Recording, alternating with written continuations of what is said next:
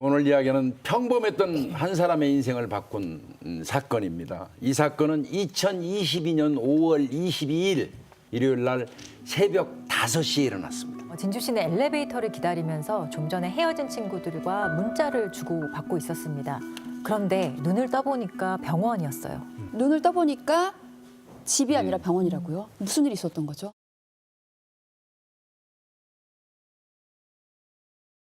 저게 병원에서 깨어난 진주 씨의 모습입니다. 누군가에게 맞았는데 현장에서 목격자도 없고 또 피해자 진주 씨는 그 당시에 아무런 기억이 나지 않았다고 해요. 열창이 있었고요. 뇌 일부분에 다발성의 출혈이 있었어요. 왼쪽 머리가 다쳤으니까 오른쪽이 마비가 돼요. 다리가 마비가 됐고요. 병원에서 8주 이상의 치료를 받아야 된다라는 진단이 내려진 거죠. 응급실에서 깨어난 진주 씨는 무슨 일이냐고 묻는 친언니한테 이렇게 말했다고 합니다. 나 모르는 사람한테 맞았어. 그러지 마시라고 했는데 계속 때렸어. 그런데 진주 씨는 이 말을 친언니한테 한 기억조차 없다고 얘기를 해요. 해리 기억상실, 외상 후 스트레스 장애라고 되어 있는데요. 이분은 외상 때문에 생긴 스트레스 장애 때문에 기억이 나야 되는 부분이 통째로 날아간 거죠. 대체 무슨 일이 있었던 건지를 보려면 CCTV를 보는 게 가장 정확할 것 같은데 엘리베이터 앞이었으면 당연히 설치돼 있지 않았을까요? 그날 이제 그 진주 씨 모습이 그 CCTV에 찍혀 있습니다. 이게 지금 보면 새벽 5시경이죠? 오피스텔 입구로 진주 씨가 지금 들어오고 있죠, 지금. 잠시 뒤에 한 남자가 지금 들어옵니다. 남자는 보폭을 줄이면서 조용히 다가가서 아, 느낌이 좋지 왜 이렇게 않습니다. 가까이 와? 어떡해! 너무 갑자기 돌려차기를 하는데요. 너무 순식간에 진주 씨가 쓰러지고서도 계속해서 가격을 합니다. 미쳤나? 저거 진짜 저걸 작년에 봤던 사건 저게 제일 충격. 맞아, 충격이. 나 저건 너무- 언제 봐도 네. 끔찍한. 너무 화나요. 어머 의식을 거의 잃어가는데 계속적으로 5번이나 더 추가적으로 했다는 점에서 굉장히 잔악하고 이렇게 걷어차는 여러 가지 행위 때문에 의해서 뇌출혈이 생겼다. 뇌에서 병직이 일어나는 거거든요. 이거 굉장히 위험한 상태인데 전 아직도 심장이 벌렁벌렁거려요. 너무 순식간에 일어난 일이라.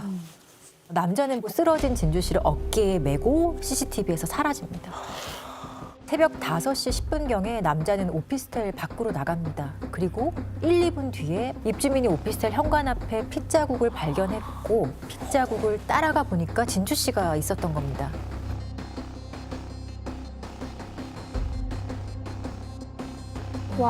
저 옷은 그 당시에 진주 씨가 입고 있던 아휴. 그 옷입니다. 지금 피범벅이 돼 있잖아요. 이 사건을 많은 분들이 아실 텐데요. 일명 부산 돌려차기 사건이죠.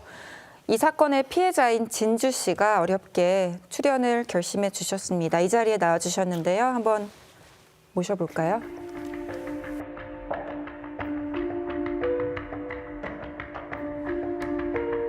진짜 드라마에서 보듯이 병원 흰 천장이 제일 처음 장면이었고 때린 사람이 남자인지도 여자인지도 모르고 그리고 경찰이 누구한테 맞았는지도 가르쳐주질 않고 뭐 아무것도 알려주질 않으니까 간호사까지 너무 무서운 거예요. 그래서 모든 사람이 좀 적처럼 보였던 것 같아요.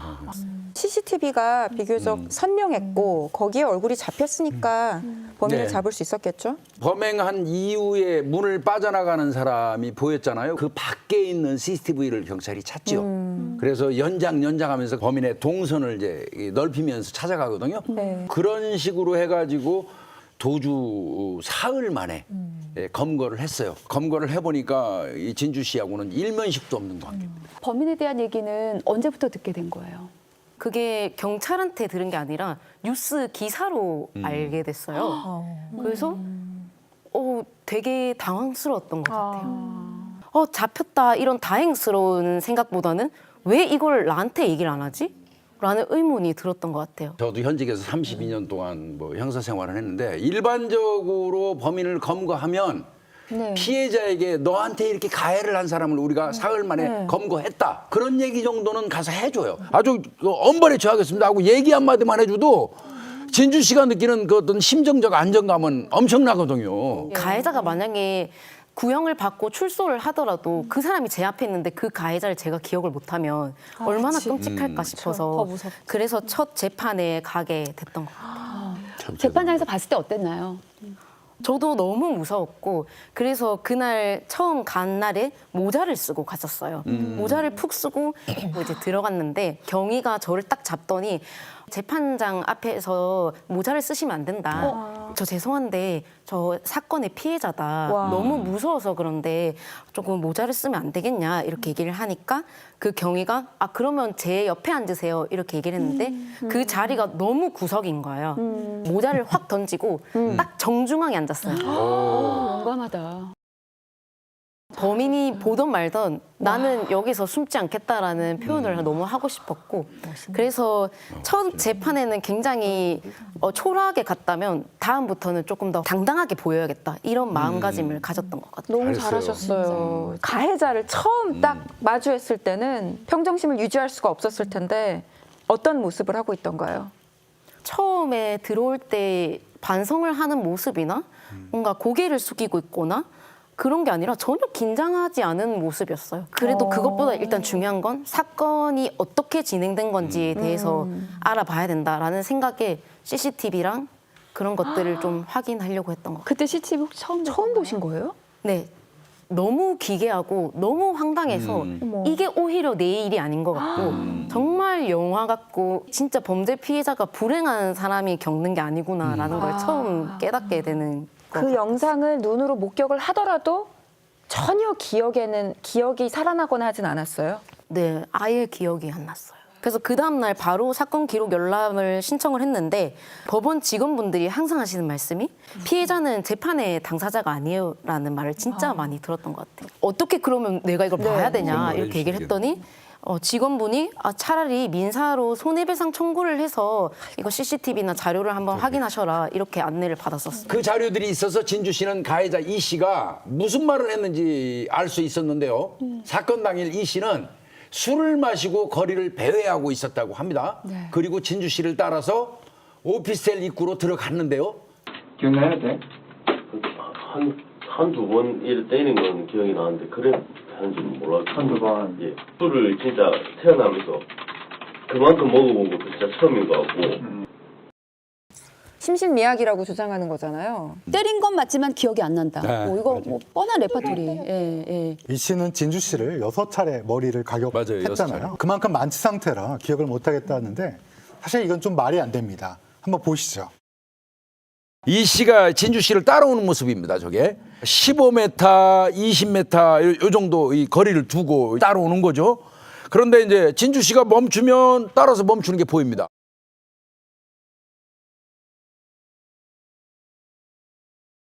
저게 만취한 사람, 비틀거리는 사람의 걸음걸이입니까? 타겟을 향해서 확실하게 주도 면밀하게 걷고 있는 느낌이에요. 그 이후의 모습도 만취 상태로 보기 어렵거든요.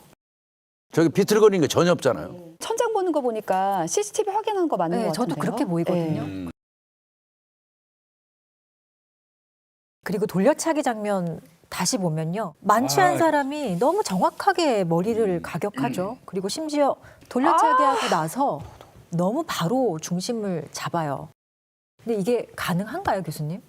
만취하게 되면 손해의 영향 때문에 비틀거리게 돼요. 그래서 저렇게 한쪽 발을 중심으로 돌려차기 한다는 기술은 사실 술이 취하지 않은 멀쩡한 상태에서도 중심 잡기가 어려워요. 저 사람 왼발 오른발 다 쓰는 사람이에요. 오른쪽에서 이 발을 돌리려면 벽에 걸리니까 왼발을 돌립니다. 그래서 저 술이 취했다는 건 애초부터 성립될 수가 없어요. 저건. 두 번째 가격을 하고 난 다음에 잠시 멈칫하죠. 그리고는 피해자의 휴대폰을 집어듭니다. 신고를 못하게 하려고 휴대폰을 이제 아마 챙긴 것 같고요. 피해자를 어깨에 메고 가면서 피해자가 떨어뜨린 물건까지 꼼꼼하게 챙기는 거 다 보이시죠? 그리고 또 떨어진 구두 다시 와서 챙겨가요. 이게 만취한 사람의 행동입니까? 만취한 사람은 자기 소지품도 흘리고 맞습니다. 다니는데. 이게 말이 안 되는 거예요. 근데 도대체 왜 처음 보는 사람을 이렇게 무자비하게 폭행을 한 건지 좀 도무지 좀 이해가 안 가거든요. 당시 언론에서는 이 사건을 묻지마 범죄로 예. 보도를 했습니다. 무동기 범죄 이런 얘기 많이 하는데요. 사실 제대로 된 이름조차 없는 상황이라고 봅니다. 근데 이 사건은 사실 명확한 동기가 없다고 하기에는 석연치 않은 점이 많습니다. 네. 사라진 8분의 시간이 존재하고 있는 거죠. 진주 씨가 발견된 장소는 복도 입간판 뒤였는데요. 그곳은 이제 CCTV 사각지대였어요. 진주 씨를 어깨에 메고 이 씨가 CCTV 사각지대로 사라진 시간이 5시 2분 31초. 그다음에 이 씨가 건물 밖으로 나간 게 5시 10분 24초.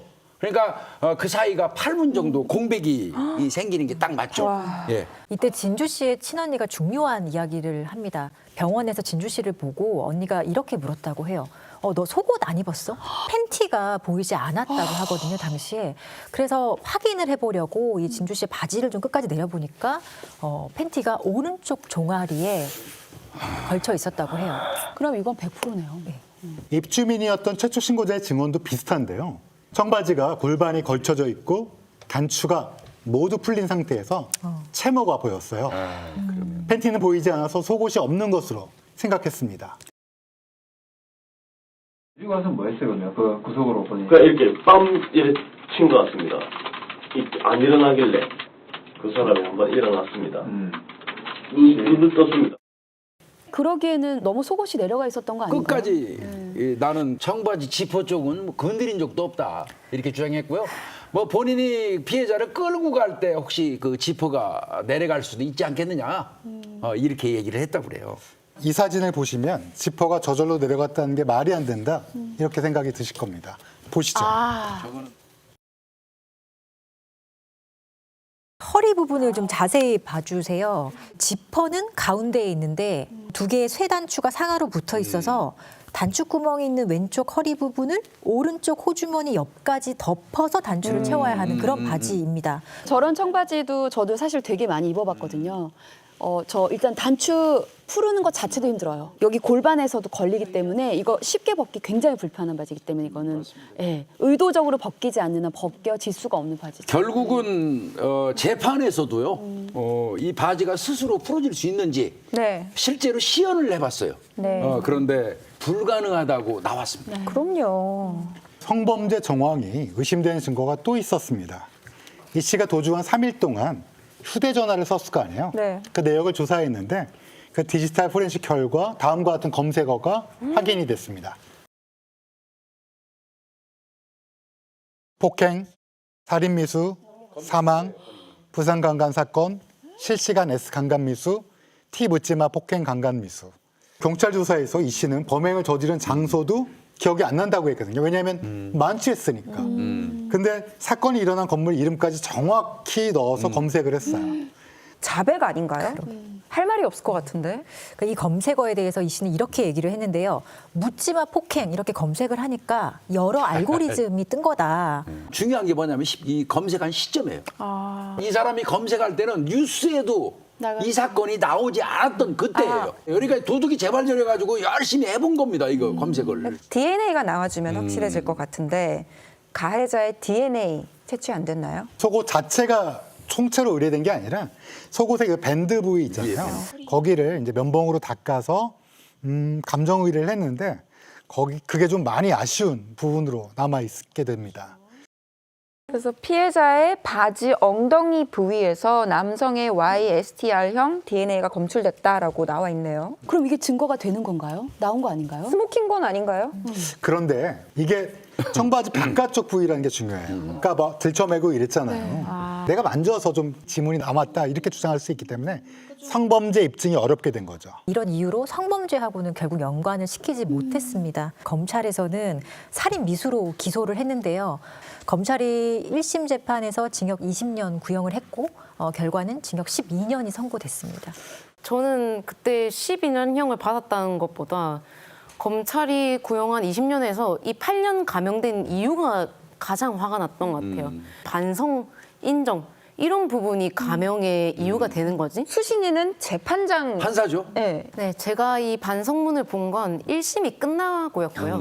뭔가 그냥 죄스러워하는 표정도 전혀 없었고, 근데 그걸 보고 판사가 판단한다는 거 자체가 너무 말이 안 됐고, 진지한 반성을 진지한 반성이. 사실 판사가 어떻게 알겠어요. 그쵸. 그 그냥 사람의 피고인 속마음은. 본인만 알 수 있거든요. 가해자 이 씨 같은 경우는 구치소 안에서 같은 그 재소자한테 했다는 말이 이 가관입니다.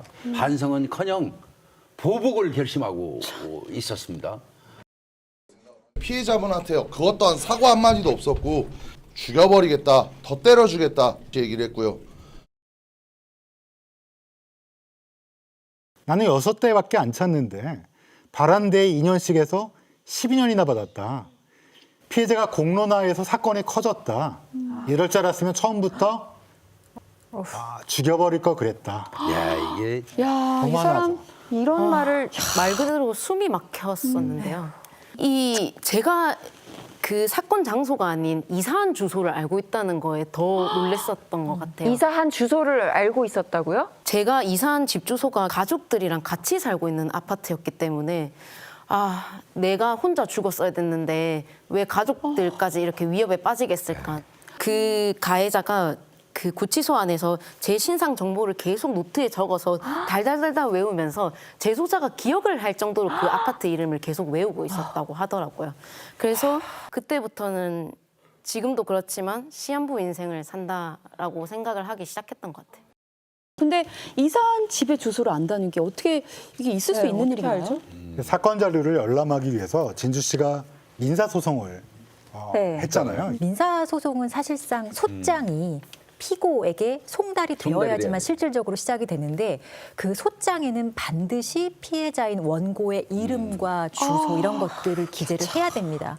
그래서 진주 씨의 그 이름과 주소를 다 알게 된 거고요. 실제로 보복할까 봐 너무 무섭거든요. 한 번으로 끝나는 게 아닐까 봐. 위험성이 있는 사람인 거는 명확합니다. 이 사람 한번 이 범죄 이력을 한번 보시죠. 특수 절도, 강도, 상해. 18범이죠. 네. 소년범 때를 제외하고 15세 이후로 11년 6개월 동안 수감 생활했어요. 그리고 이제 2022년 3월에 출소했는데 이 사건이 5월에 발생했잖아요. 네. 그러니까 출소하고 2달 만에 이런 범행을 이 사람이 저지른 겁니다. 그러니까 1심 재판 결과를 보고 진주 씨는 뭔가 잘못됐다라는 생각을 했습니다.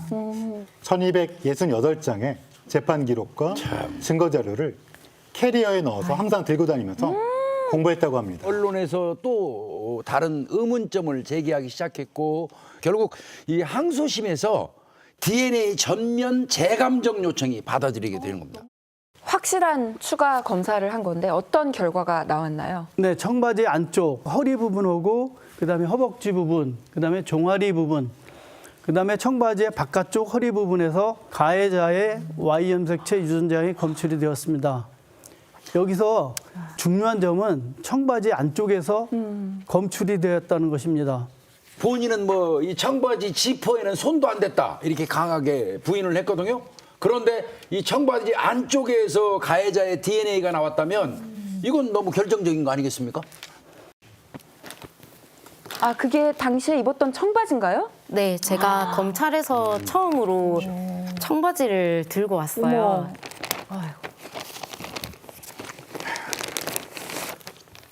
보시면 굉장히 여러 개의 구멍이 다 혈흔도 검사. 있고 아직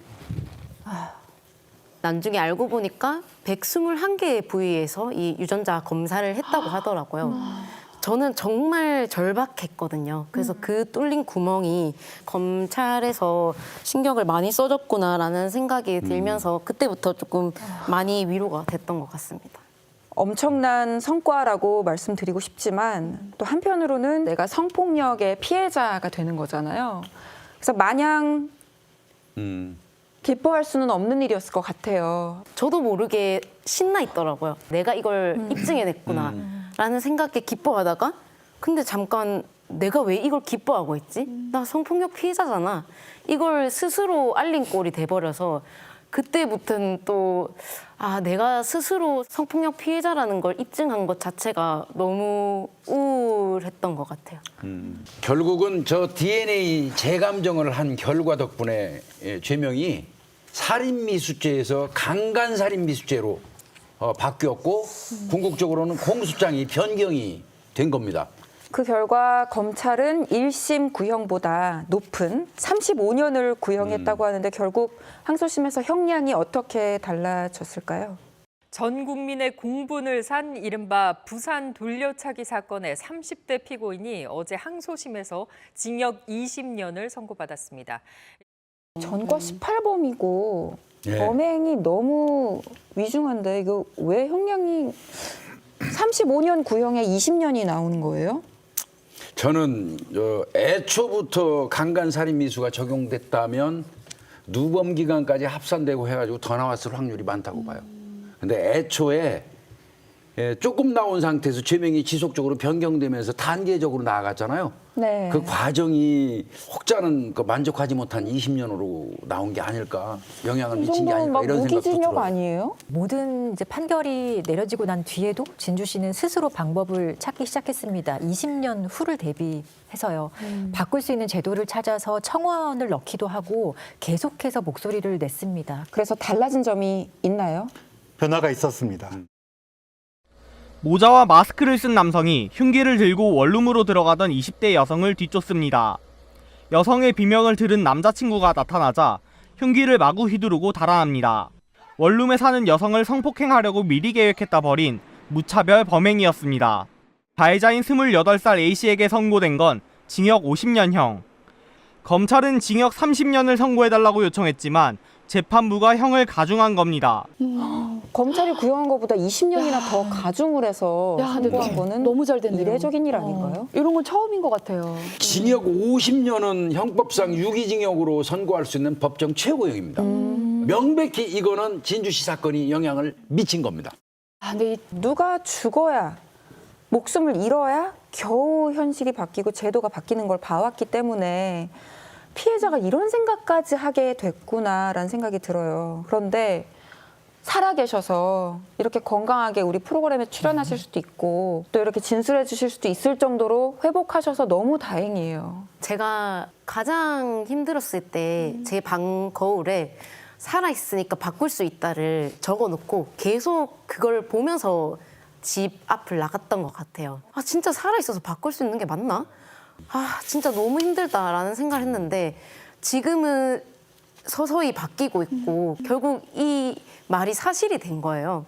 그래서 요즘은 진짜 살아있어서 다행이다라는 말을 하고 존재의 가치에 대해서 더 감질만 나게 느끼고 있는 것 같습니다. 이 사건의 궁극적인 스모킹건은 불의에 맞선 진주 씨의 용기였습니다.